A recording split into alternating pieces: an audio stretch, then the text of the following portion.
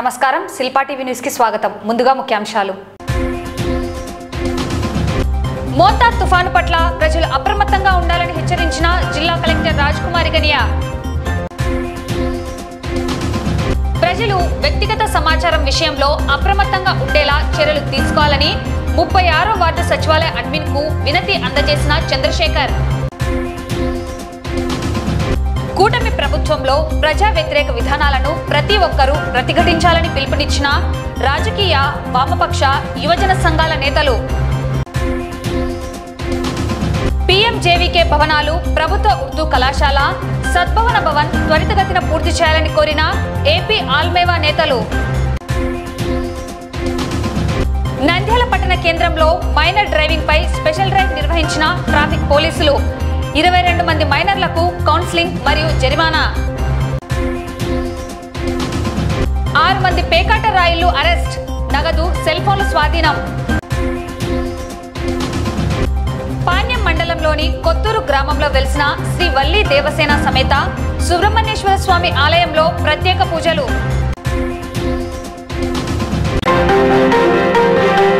బంగాళాఖాతంలో ఏర్పడిన అల్పపీడనం కారణంగా మోంతా తుఫాను ఈ నెల 27, 28, 29 తేదీల్లో జిల్లాలో భారీ వర్షాలు కురిసే అవకాశం ఉన్నందున ప్రజలందరూ అప్రమత్తంగా ఉండాలని జిల్లా కలెక్టర్ రాజ్కుమారి గనియా అధికారులను ఆదేశించారు. PGRS హాలులో జిల్లా విపత్తు నిర్వహణపై జిల్లా మండల స్థాయి అధికారులతో సమీక్షా సమావేశం నిర్వహించారు. ఈ సమావేశంలో జాయింట్ కలెక్టర్ కొల్లబత్తుల కార్తిక్, అదనపు SP యుగంధర్ బాబు, DRO రాము నాయక్ తదితర అధికారులు పాల్గొన్నారు. ఈ సందర్భంగా జిల్లా కలెక్టర్ మాట్లాడుతూ మోంతా తుఫాను చెన్నై తీరం వైపు నుండి విశాఖపట్నం దిశగా గంటకు 90 నుండి 110 కిలోమీటర్ల వేగంతో ఈదురు గాలులతో కదులుతున్న నేపథ్యంలో భారీ వర్షాలు, బలమైన గాలులు వీచే అవకాశం ఉందని తెలిపారు. అందువల్ల అన్ని శాఖలు అప్రమత్తంగా ఉండాలన్నారు. జిల్లాలో సుమారు 330 మైనర్ ఇరిగేషన్ ట్యాంకులు ఉన్నాయని, అందులో 200 ట్యాంకులు పూర్తి స్థాయిలో నిండి ఉన్నాయని, వీటి బండ్లను బలపరచాలని సంబంధిత మైనర్ ఇరిగేషన్ అధికారులకు కలెక్టర్ సూచించారు. తహసీల్దార్లు, MPDOలు, మున్సిపల్ కమిషనర్లు మరియు అన్ని విభాగాల అధికారులు 24 గంటలు అప్రమత్తంగా ఉండాలని ఆదేశించారు. అలాగే కలెక్టర్, RDO, తహసీల్దార్ కార్యాలయాల్లో కంట్రోల్ రూమ్లు ఏర్పాటు చేయాలని సూచించారు. జిల్లా కేంద్రంలో ఏర్పాటు చేసిన కంట్రోల్ రూమ్ నెంబర్ 08514293903కి ఫోన్ చేసి సమాచారాన్ని ఇవ్వచ్చన్నారు. జిల్లాలో 21 వాగులు 54 గ్రామాల గుండా ప్రవహిస్తున్నాయని, వాటి వద్ద ఎలాంటి ప్రమాదం తలెత్తకుండా పటిష్ట పర్యవేక్షణ చేయాలని కలెక్టర్ అన్నారు. అధిక వర్షాల కారణంగా ఎటువంటి ప్రాణ, పశు నష్టం జరగకుండా ముందస్తు చర్యలు తీసుకోవాలని అన్ని విభాగాల అధికారులను ఆదేశించారు. త్రాగునీటి వనరులు కలుషితం కాకుండా నిరంతరం నీటి నమూనాలు పరీక్షించి అవసరమైతే ప్రత్యామ్నాయ వనరులు ఏర్పాటు చేయాలని DPO, డిప్యూటీ CEOలకు సూచించారు. జిల్లాలో ఉన్న 13 సమ్మర్ స్టోరేజ్ ట్యాంకులు సరిపడా నీటిని సరఫరా చేయగలిగేలా సక్రమ పర్యవేక్షణ చేయాలని సూచించారు. వైద్య శాఖ అధికారులు అవసరమైన మందులు, అత్యవసర సామగ్రి సిద్ధంగా ఉంచుకోవాలని, గర్భిణీ స్త్రీలకు తగిన వైద్య సహాయం అందించేందుకు సిద్ధంగా ఉండాలన్నారు. జిల్లాలో సుమారు 22,000 కుటుంబాలు మట్టి మిద్దెల్లో నివాసం ఉంటున్నందున వారికి రెవెన్యూ అధికారులు ముందస్తు నోటీసులు అందజేసి అవసరమైతే పునరావాస కేంద్రాలకు తరలించేందుకు ఏర్పాట్లు చేయాలని సూచించారు. అలాగే సంక్షేమ వసతి గృహాల్లో విద్యార్థులు సురక్షితంగా ఉండేలా ప్రత్యేక గదులు సిద్ధం చేయాలని కలెక్టర్ సంక్షేమ అధికారులను ఆదేశించారు. ఎవరైనా ప్రమాద పరిస్థితుల్లో చిక్కుకున్నట్లయితే వెంటనే కంట్రోల్ రూమ్ నెంబర్ 08514293903 అనే నెంబర్కు సమాచారం ఇవ్వాలన్నారు. ప్రజల భద్రత మన ప్రధాన లక్ష్యమని ప్రతి అధికారి తన విభాగానికి సంబంధించిన బాధ్యతలను పూర్తి స్థాయిలో నిర్వహించాలని కలెక్టర్ ఆదేశించారు. 36వ వార్డు పరిధిలోని ప్రజలు వ్యక్తిగత సమాచార విషయంలో జాగ్రత్త వహించాలని, అప్రమత్తంగా ఉండేలా చర్యలు తీసుకోవాలని నంద్యాల ప్రజా చైతన్య వేదిక కన్వీనర్ డేరంగుల చంద్రశేఖర్ స్థానిక సచివాలయం అడ్మిన్ కు వినతి పత్రం అందించడం జరిగింది. ఈ సందర్భంగా చంద్రశేఖర్ మాట్లాడుతూ 36వ వార్డు TDP ఇన్ఛార్జి అని చెప్పుకుంటున్న మారుతి ప్రసాద్ మీద పలు సెక్షన్ల కింద కేసు నమోదు చేసి అతనిని జైలుకు తరలించారని తెలిపాడు. ఇలాంటి మోసగాడు 36వ వార్డులో టీడీపీ పార్టీ సంక్షేమ పథకాల పేరుతో ఇంటింటికి తిరుగుతూ ప్రజల ఆధార్ కార్డుల జిరాక్స్ కాపీలు తీసుకోవడంతో పాటు తమ వ్యక్తిగత సమాచారాన్ని కూడా సేకరిస్తున్నాడని తెలియజేస్తున్నామన్నారు. గతంలో చేసిన పలు మోసాలను ఈ సందర్భంగా వెల్లడించారు. కనుక వార్డులో ప్రజలు వ్యక్తిగత సమాచారం విషయంలో అప్రమత్తంగా ఉండేలా చర్యలు తీసుకోవాలని వార్డు సచివాలయ అడ్మిన్ను కోరుతున్నామన్నారు. అందరికీ నమస్కారం. నాకు న్యాయస్థానం మీద గౌరవం, నమ్మకం ఉన్నాయి. అలాగే పోలీసు వారి ఆదేశానుసారం నేను మాట్లాడే మాటల్లో అసభ్య పదజాలం వాడకుండా నేను మీకు కొన్ని విషయాలు తెలియజేస్తున్నాను. ఈరోజు 36వ వార్డులో సచివాలయ అడ్మినిస్ట్రేటివ్ సెక్రటరీ జయవర్ధన్ రెడ్డి గారిని కలిసి 36వ టీడీపీ ఇన్ఛార్జ్ అని చెప్పుకుంటున్న మారుతి ప్రసాద్ ఒక 420 అని గతంలో కాసయ్య అనే వ్యక్తి 2012లో మరణిస్తే 2017లో అతని పేరు మీద ఉన్న స్థలాన్ని అతని ఆధార్ కార్డులో ఉన్న ఫోటోను మార్చి మారుతి ప్రసాద్ దొంగ రిజిస్టర్ చేసుకొని అమ్ముకున్నాడు. అందుకు సంబంధించిన ఎఫ్ఐఆర్ కాపీ, కంప్లైంట్ కాపీని జయవర్ధన్ రెడ్డి గారికి చూపించి అతన్ని చేస్తున్న ఘరానా మోసం తెలియజేయడం జరిగింది. అలాంటి వ్యక్తి ఇప్పుడు 36వ వార్డులో టీడీపీ పార్టీ ఇన్ఛార్జ్ అని చెప్పుకుంటూ సంక్షేమ పథకాల పేరుతో వార్డులో ప్రజల దగ్గరికి ఇంటింటికి తిరుగుతూ ప్రజల ఆధార్ కార్డుల జిరాక్స్ కాపీలని సేకరిస్తూ అలాగే వాళ్ళ వ్యక్తిగత సమాచారాన్ని కూడా తెలుసుకుంటున్నాడని తెలియజేయడం జరిగింది. వార్డులో ప్రజలు వ్యక్తిగత సమాచార విషయంలో అప్రమత్తంగా ఉండేలా చర్యలు తీసుకోవాలని జయవర్ధన్ రెడ్డి గారిని కలిసి వినతి పత్రం అందించడం జరిగింది. అలాగే వార్డులో ప్రజలకు ఏమైనా సందేహాలు ఉంటే ఈ ఎఫ్ఐఆర్ కాపీని, కంప్లైంట్ కాపీని వార్డు సచివాలయంలో అందుబాటులో ఉంచానని మీకు తెలియజేస్తున్నాను. నేను 420 మారుతి ప్రసాద్ మీద చేసిన ఆరోపణలను ఆధారాలతో సహా నిరూపించడానికి ఎప్పుడైనా ఎక్కడైనా సిద్ధంగా ఉన్నాను. గతంలో ప్రజా సమస్యల మీద ఎన్నో పోరాటాలు, సేవా కార్యక్రమాలు చేసిన నా మీద క్రియేటివ్ సర్వీస్ సొసైటీ మీద నిరాధారమైన ఆరోపణలు చేస్తే మిమ్మల్ని ఎలా వదులుతానని అనుకుంటున్నారు. నాకు న్యాయం జరిగేంత వరకు ఈ అంశాన్ని ఎందాకైనా పోరాడతానని మీకు తెలియజేస్తున్నాను. నేను పోరాటం చేస్తే ఎలా ఉంటుందో మీకు తెలియాలంటే గతంలో రోడ్ల విస్తరణ పనులు చేపట్టకపోవడం వల్ల ప్రజలు అనేక సమస్యలు ఎదుర్కొంటున్నారని తెలిసి 2010లో రోడ్ల విస్తరణ పనులు చేపట్టాలని కోరుతూ అనేక ధర్నాలు, ర్యాలీలు చేస్తున్నప్పుడు ఇది చాలా సవాళ్లతో కూడుకున్న అంశమని, ఈ అంశాన్ని వదిలేసి సేవా కార్యక్రమాల మీద దృష్టి పెట్టాలని ఎంతోమంది చెప్పినా ప్రజలకు న్యాయం జరగాలని ప్రజలు పడుతున్న ఇబ్బందులను తెలిసి 2016లో మున్సిపల్ ఆఫీస్ ఎదురుగా ఉన్న స్థలంలో 25 రోజులు రిలే నిరాహార దీక్షలు చేసి ఆఖరి రోజు మున్సిపల్ కౌన్సిల్ సమావేశాన్ని విద్యార్థులతో, ప్రజా సంఘాలతో కలిసి అడ్డుకొని చైర్మన్ దేశం సులోచన గారికి వినతి పత్రం అందించి పోరాటం చేశానే కానీ ఎప్పుడు ఎక్కడ వెనకడుగు వేయలేదు. అలాగే సెప్టెంబర్ 1వ తేదీ మీకు 2 వారాల సమయం ఇచ్చి ప్రజాక్షేత్రం ఏర్పాటు చేస్తానని అక్కడికి వచ్చి నా మీద చేసిన ఆరోపణలు నిరూపించాలని చెబితే మీ దగ్గర ఆధారాలు లేక, అక్కడికి వచ్చే దమ్ము లేక పిల్లబచ్చాగాడైన నీ తమ్మునితో నాపై రెచ్చగొట్టే వాక్యాలు చేయించి ఈ అంశాన్ని పక్కదోవ పట్టించాలని నీ చెత్త ఆలోచనలు నాకు తెలిసాయి కాబట్టి మీ పిల్లగచ్చా అనే వ్యాఖ్యలపై నేను సమన్వయం పాటిస్తున్నాను. ఇప్పుడు కూడా మీకు ఛాలెంజ్ విసురుతున్నా. ఎక్కడో ఉండి మీసాలు తిప్పినంత మాత్రాన మీరు మగాళ్ళు అనుకుంటే ఎలా? మీరు నాపై చేస్తున్న ఆరోపణలు ఎంత కామెడీగా ఉన్నాయంటే ఈ నెల 4వ తేదీ మా ఇంటి కింద పెట్టిన నా పల్సర్ బైక్ను ఎవరో ఎత్తుకెళ్లారు. స్టేషన్లో కంప్లైంట్ కూడా ఇచ్చాను. నా దగ్గర ఎలాంటి ఆధారాలు లేకుండా నా బైక్ను మీరు ఎత్తుకెళ్లారని చెప్తే ఎంత కామెడీగా ఉంటుందో అలాగే మీరు నాపై చేస్తున్న ఆరోపణలు వింటుంటే నాకు అంతకన్నా కామెడీగా ఉంది. నంద్యాల పట్టణంలో రోడ్ల విస్తరణ పనులు చేపట్టాలని కోరుతూ చైర్మన్ దేశం సులోచన గారికి వినతి పత్రం అందిస్తున్న ఫోటో, సమావేశానికి వెళుతున్న చైర్పర్సన్ కారును అడ్డుకుంటున్న ఫోటో, అలాగే రిలేని రాసిన ఫోటోలు ఇందులో ఉన్నాయని మీకు తెలియజేస్తున్నాను. అలాగే 420 మారుతి ప్రసాద్ గతంలో ఉద్యోగం ఇప్పిస్తానని డబ్బులు తీసుకున్నాడని ఒక బాధితుడు నాతో చెప్పాడు. వీళ్ళకే ఉద్యోగాలు లేవు, ఇంకా వీళ్ళు మీకేమి ఇప్పిస్తారు? కనుక ప్రజలు, విద్యార్థులు వీళ్ళ మాయమాటలు నమ్మి మోసపోద్దని మీకు తెలియజేస్తున్నాను. ఇప్పటి వరకు వీళ్ళ గురించి చెప్పింది కొన్ని అంశాలే. ఎదురెదురుగా కూర్చున్నప్పుడు వీళ్ళ మొత్తం బండారం బయట పెడతానని మీకు నేను తెలియజేస్తున్నాను. ముందు మీ వెదబుల్లబులు మాని నా మీద చేసిన ఆరోపణలు నిరూపించాలని మిమ్మల్ని హెచ్చరిస్తున్నాను. లేని ఏడల నాకు బహిరంగ క్షమాపణ చెప్పి లెంపలేసుకోవాలని చెప్పి మీకు తెలియజేస్తున్నాను. నాకు న్యాయం జరిగేంత వరకు ఈ అంశాన్ని వదిలే ప్రసక్తే లేదని మిమ్మల్ని హెచ్చరిస్తున్నాను. రాష్ట్రంలో కూటమి ప్రభుత్వం విద్యారంగ సమస్యలను నిర్లక్ష్యం చేస్తున్నదని, ప్రజా వ్యతిరేక విధానాలను అవలంబిస్తూ తీవ్రంగా ఇబ్బందులకు గురి చేస్తున్న ప్రభుత్వ విధానాలను ప్రతి ఒక్కరూ ప్రతిఘటించాలని ఏఐఎస్ఎఫ్ మాజీ జాతీయ అధ్యక్షుడు మురళి, విద్యార్థి యువజన సంఘాల నేతలు పిలుపునిచ్చారు. ఈ మేరకు స్థానిక సిపిఐ కార్యాలయంలో ఏఐఎస్ఎఫ్ ఆధ్వర్యంలో విద్యార్థి, యువజన, రాజకీయ, న్యాయవాదుల సంఘాల నేతలతో విద్యారంగ సమస్యలపై రౌండ్ టేబుల్ సమావేశం నిర్వహించడం జరిగింది. ప్రధానంగా మెడికల్ కాలేజీల ప్రైవేటీకరణ, ఫీజు రియంబర్స్మెంట్, సంక్షేమ హాస్టళ్లలో విద్యార్థులు ఎదుర్కొంటున్న అనేక సమస్యలపై సమావేశం నిర్వహించడం జరిగింది. ఈ కార్యక్రమంలో నంద్యాల జిల్లా ఏఎస్ఎఫ్ అధ్యక్ష కార్యదర్శులు ప్రతాప్, ఎర్రిస్వామి, వైఎస్ఆర్సీపీ విద్యార్థి సంఘం నాయకుడు సాయిరాం రెడ్డి, వివేకానందారెడ్డి తదితరులు పాల్గొని మాట్లాడారు. ఈ రౌండ్ టేబుల్ సమావేశం ముఖ్య ఉద్దేశము ఇచ్చి వ్యాపారం నుంచి నవంబర్ 22 నుంచి ఆల్రెడీ బస్సు యాత్ర ప్రారంభమైంది. అక్కడ కూడా స్థానిక సమస్యలపైన కూడా విద్యార్థుల యొక్క ఫీజులు పెండింగ్ను 6,400 కోట్ల రూపాయలు ఇప్పుడు ఫీజు రియంబర్స్మెంట్ పెండింగ్ ఉంది. వాటితో పాటుగా ఈరోజు నిరుద్యోగత పెండింగ్లో ఉన్నటువంటి కాలేజీలలో 3,480 పోస్టులు ఖాళీ ఉన్నాయి.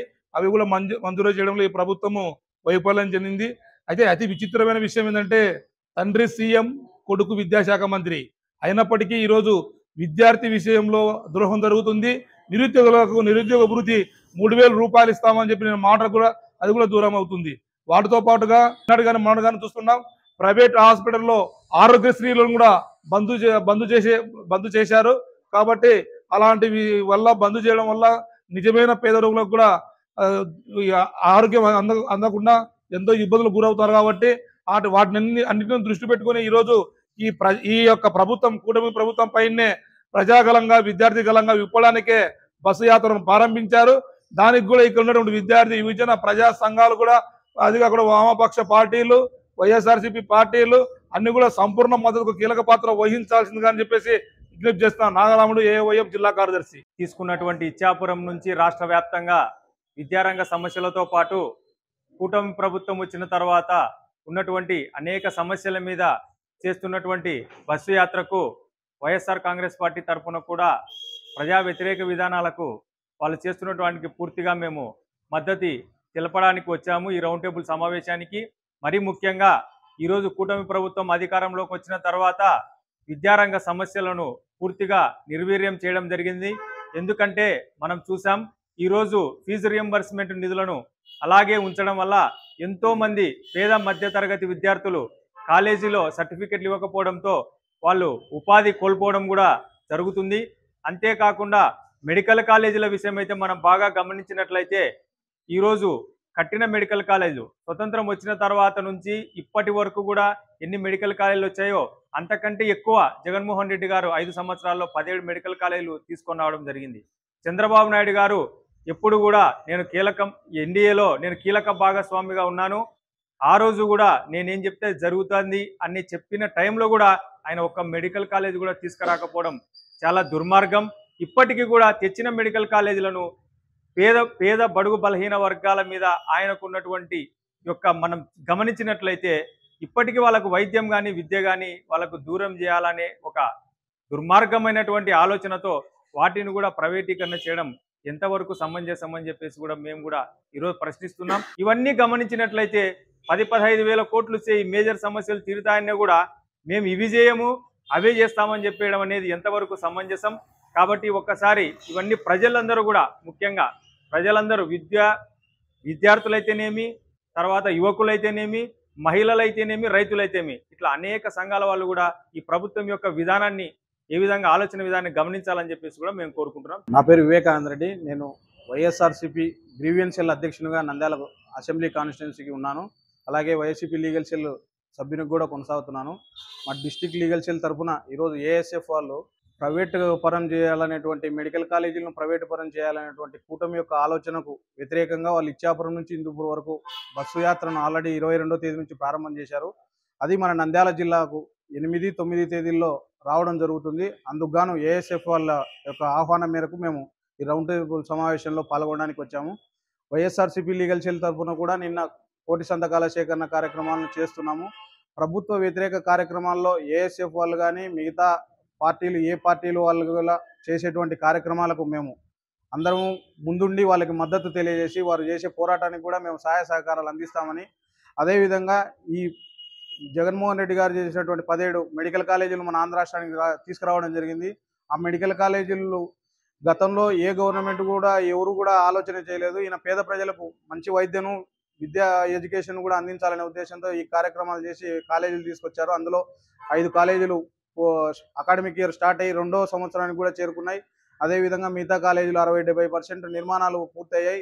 దానికి నిధులు ఇవ్వడం లేదు. ఆరోగ్యశ్రీకి సంబంధించినటువంటి కార్యక్రమాలకు కూడా ఈ తెలుగుదేశం కూటమి ప్రభుత్వము నిధులు ఆఫ్ చేయడం జరిగింది. సాంఘిక సంక్షేమ హాస్టళ్లలో మెరుగైనటువంటి అవకాశాలు సౌకర్యాలు కల్పించడం లేదు. వార్డెన్ పోస్టులు అన్ని ఖాళీగా ఉన్నాయని చెప్పి మన ఏఎస్ఎఫ్ వాళ్ళ రౌండ్ టేబుల్ సమావేశంలో కూడా తెలియజేయడం జరుగుతుంది. ఈ ప్రభుత్వం విద్యా వైద్య రంగాల్ని ప్రైవేట్ పరం చేయడానికి తన క్యాబినెట్ లో ఉన్న మంత్రులే విద్యా వ్యాపారం చేస్తున్నారు. వాళ్ళకు అనుకూలంగా ఉండడానికి చర్యలు తీసుకుంటున్నారు. ఇది చాలా వ్యతిరేకించాల్సిన అవసరం ఉంది చాలా మంది. అదేవిధంగా ఫీజు రీఎంబర్స్మెంట్లు శాంక్షన్ చేయకుండా పెండింగ్ పెట్టడం వలన ఇప్పటికీ వేలాది మంది విద్యార్థులు టీసీలు తీసుకోలేక వేరే జాబుల్లో చేరలేక సర్టిఫికేట్లు ఇరుక్కుపోయి నానా ఇబ్బందులు పడుతున్నారు. విద్యాశాఖ మంత్రిగా ఉన్న లోకేష్ దీనిపైన అనేక హామీలు ఇచ్చి కూడా ఇంతవరకు నెరవేర్చలేదు. అదేవిధంగా ఈరోజు ప్రైవేటు గవర్నమెంట్ హాస్టళ్లలో సంక్షేమ హాస్టళ్లలో విద్యార్థులకు కనీస సౌకర్యాలు కూడా కల్పించడం లేదు. అదేవిధంగా పెరుగుతున్న ధరలకు అనుగుణంగా వాళ్ళ మెస్ ఛార్జీలు పెంచడం లేదు. అదేవిధంగా ఉపాధ్యాయ సంఘాలు విద్యార్థి సంఘాలు ఆందోళన చేసినట్టు ఈ స్కూళ్ళు రేషనలైజేషన్ పేరుతో స్కూళ్ళని మూసేయడం జరిగింది. దీనిపైన మనం పెద్ద ఎత్తున ఆందోళన చేయాల్సిన అవసరం ఉంది. ఈ సందర్భంగా ఏఎస్ఎఫ్ వాళ్ళు రౌండ్ టేబుల్ సమావేశం ఏర్పాటు చేసి అన్ని విద్యార్థిని విభజన సంఘాలు ఉపాధ్యాయ సంఘాలు అదేవిధంగా న్యాయవాదుల్ని అందరినీ రైతు సంఘాలను కార్మిక సంఘాలని ఇన్వైట్ చేయడం అనేది చాలా అభినందించదగ్గ విషయం. దీన్ని మున్ముందు ఈ పోరాటాన్ని మనం భవిష్యత్తులో పెద్ద ఎత్తున తీసుకోవడానికి మనం ముందుగా నంద్యాల జిల్లాలో మన ప్రతాప్ చెప్పినట్టు ఎరిస్వామి ఏఎస్ఎఫ్ నంద్యాల జిల్లా అధ్యక్షుడిని. ఈరోజు ఈ రౌండ్ టేబుల్ సమావేశం యొక్క ముఖ్య ఉద్దేశం ఏంటంటే రాష్ట్రంలో ఎన్నో విద్యార్థి సంస్థలు అక్కడికక్కడే పేరుకుపోవడం జరిగింది. ఆ సమస్యల పరిష్కారం కోసమై ఈ నెల 22 నుంచి నవంబర్ 12వ తేదీ వరకు రాష్ట్రంతో బస్సు జాతర నిర్వహించడం జరిగింది. 9వ తేదీ బనియానపల్లి డోన్ ఈ 3 నియోజకవర్గాల్లో బస్సు జాతర రావడం జరిగింది. ఈ జాతరకు సంబంధించి ఈరోజు ఏఎస్ఎఫ్ ఆధ్వర్యంలో రౌండ్ టేబుల్ సమావేశం నిర్వహించడం జరిగింది. ఆదివారం ఆల్మెవా ఏపీ నంద్యాల జిల్లా స్థానిక కార్యాలయంలో కార్యవర్గ సమావేశం గౌరవ అధ్యక్షులు అబ్లెస్ మరియు రాష్ట్ర అధ్యక్షులు ఇమ్రాన్ పాషాల అధ్యక్షతన నిర్వహించడం జరిగింది. PMJVK భవనాలు ప్రభుత్వ ఉర్దూ కళాశాల సద్భవన భవన్ త్వరితగతిన పూర్తి చేయాలని వారు కోరారు. నంద్యాల జిల్లా ప్రధాన కార్యదర్శి మహమ్మద్ సలీం, జిల్లా executive body member Mohammed Kasim, Hafeez Soya Bujjamma హాజరై మాట్లాడారు.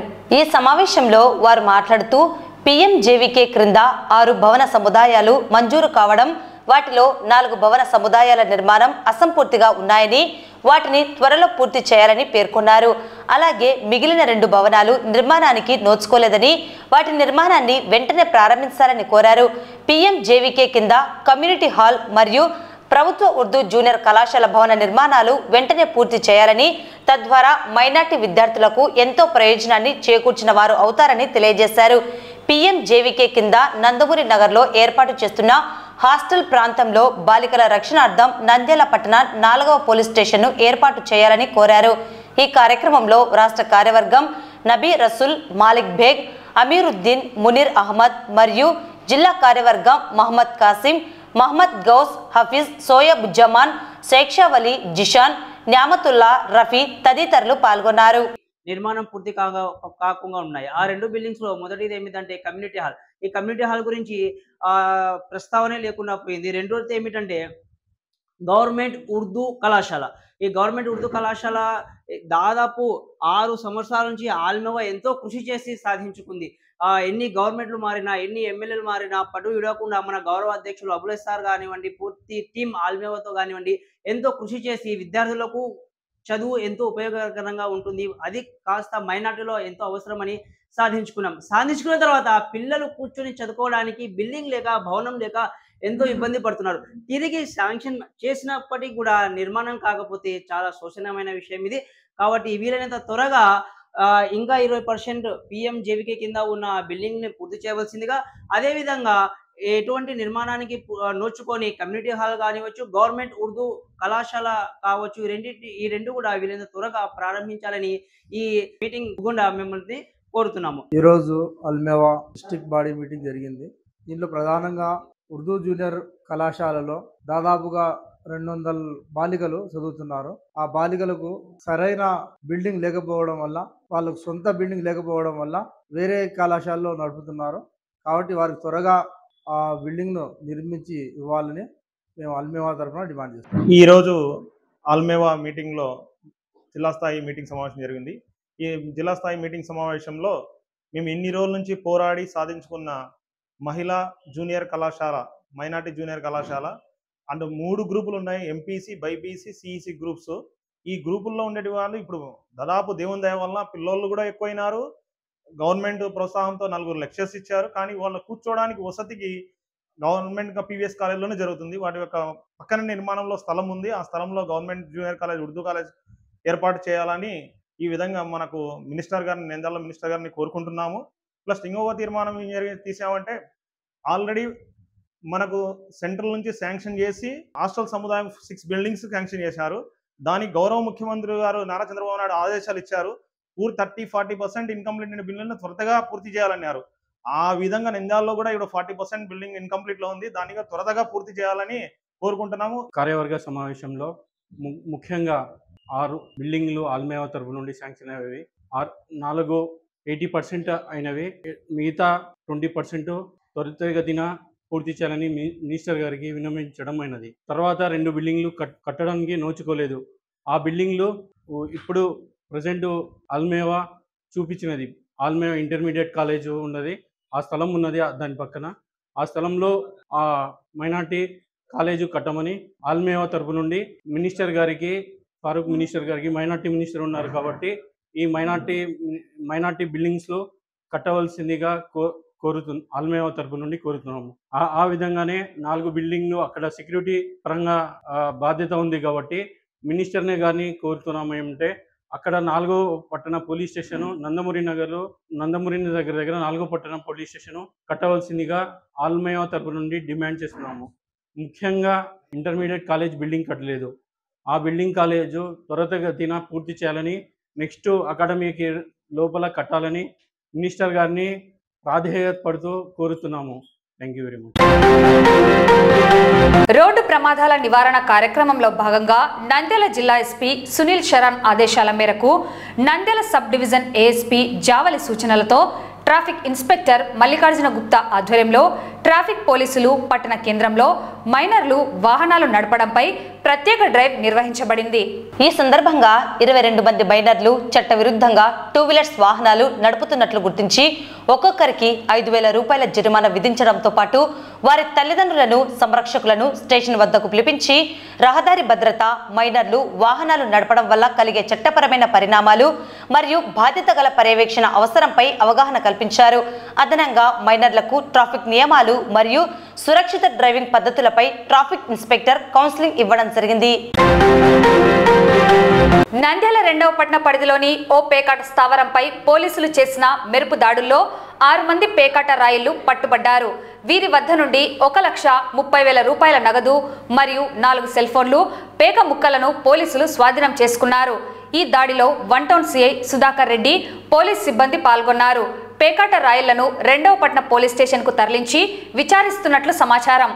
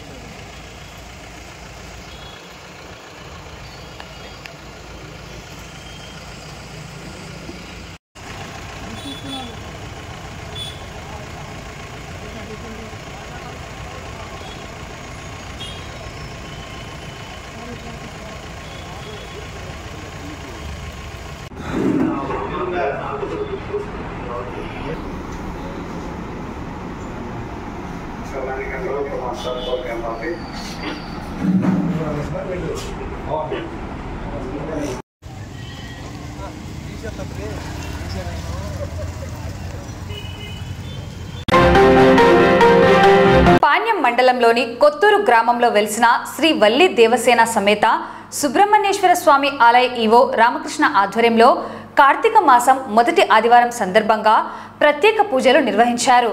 ఆలయంలో శ్రీ సుబ్రహ్మణ్యేశ్వర స్వామి, నాగలింగేశ్వర స్వామి వారికి ఆలయ ప్రధాన అర్చకులు కంపమల్ల సురేష్ శర్మ, కంపమల్ల నారాయణ శర్మ ఆధ్వర్యంలో తెల్లవారుజామున బ్రహ్మ ముహూర్తంలో స్వామివారికి గంధం అభిషేక పూజలు, మహారుద్రాభిషేకం, అర్చన కార్యక్రమాలు నిర్వహించి ప్రత్యేకంగా అలంకరించారు. ఈ సందర్భంగా భక్తులు స్వామివారికి కాయా కర్పూరం సమర్పించి తీర్థ ప్రసాదాలు అందుకున్నారు. ఈ కార్యక్రమంలో ఆలయ అర్చకులు మరియు ఆలయ సిబ్బంది సుబ్బారెడ్డి, నాగేశ్వరరావు తదితరులు పాల్గొన్నారు. ఈ సందర్భంగా ఆలయ ప్రధాన అర్చకులు మాట్లాడుతూ అన్ని మాసాల్లోకెల్లా ఉత్తమమైన మాసం కార్తీక మాసం అన్నారు. ఆధ్యాత్మికంగా దివ్యమైన కార్తీక మాసము స్నానములకు, వివిధ వ్రతములకు శుభప్రదమైనదని తెలిపారు. సర్వ మంగళకర మాసమైన కార్తీక మాసంలో శివకేశవులను పూజిస్తారని, సూర్యోదయానికి ముందే బ్రహ్మ ముహూర్తంలో అభ్యంగన స్నానం ఆచరించి ఈ నెలలో వెలిగించే దీపం శుభకరమని అన్నారు. కార్తీక మాసం మొదటి ఆదివారం సందర్భంగా కొత్తూరు సుబ్బరాయనులో ఉదయం నుంచి భక్తులు మరియు అయ్యప్ప స్వాములు పాల్గొని స్వామివారిని దర్శించుకున్నారు. ఆదివారం సెలవు దినం కావడంతో భక్తులు పెద్ద సంఖ్యలో పాల్గొన్నారు. విచ్చేసిన భక్తాదులందరికీ ఎటువంటి ఇబ్బందులు తలెత్తకుండా ఆలయ సిబ్బంది అన్ని జాగ్రత్తలు తీసుకున్నారు. భక్తుల రద్దీ దృష్ట్యా క్యూలైన్లను ఏర్పాటు చేశారు. మరియు సుదూర ప్రాంతాల నుండి వచ్చే భక్తుల కోసం అల్పాహారం మరియు మధ్యాహ్న భోజన వసతిని ఏర్పాటు చేశారు.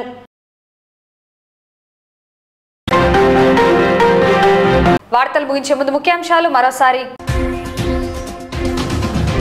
మోంతా తుఫాను పట్ల ప్రజలు అప్రమత్తంగా ఉండాలని హెచ్చరించిన జిల్లా కలెక్టర్ రాజ్కుమారి గనియా. ప్రజలు వ్యక్తిగత సమాచారం విషయంలో అప్రమత్తంగా ఉండేలా చర్యలు తీసుకోవాలని 36వ వార్డు సచివాలయ అడ్మిన్ కు వినతి అందజేసిన చంద్రశేఖర్. కూటమి ప్రభుత్వంలో ప్రజా వ్యతిరేక విధానాలను ప్రతి ఒక్కరూ ప్రతిఘటించాలని పిలుపునిచ్చిన రాజకీయ, వామపక్ష, యువజన సంఘాల నేతలు. పీఎంజేవీకే భవనాలు, ప్రభుత్వ ఉర్దూ కళాశాల, సద్భవన భవన్ త్వరితగతిన పూర్తి చేయాలని కోరిన ఏపీ ఆల్మేవా నేతలు. నంద్యాల పట్టణ కేంద్రంలో మైనర్ డ్రైవింగ్ పై స్పెషల్ డ్రైవ్ నిర్వహించిన ట్రాఫిక్ పోలీసులు. 22 మంది మైనర్లకు కౌన్సిలింగ్ మరియు జరిమానా.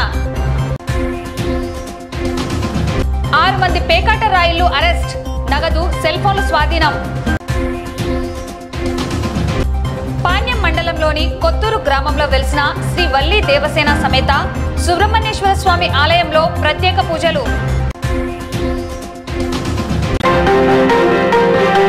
ఈ వార్తలు ఇంతటితో సమాప్తం. నమస్కారం.